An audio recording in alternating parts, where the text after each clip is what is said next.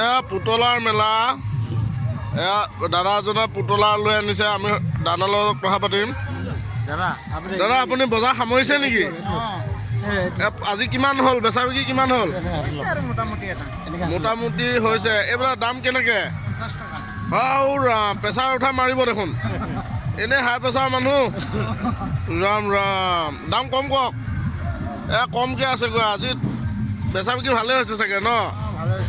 হয় এই দামটো কমকৈ কওকচোন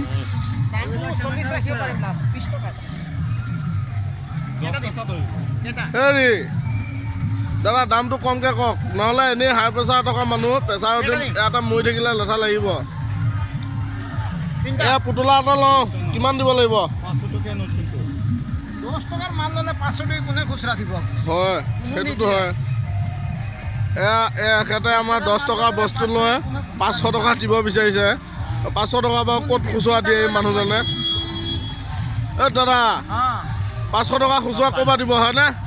10 টকাৰ মাল ল'লে 500 টকা খুচুৰা বাৰু 3টা ল'লে খুচৰা দি দিম দাদা দিয়ক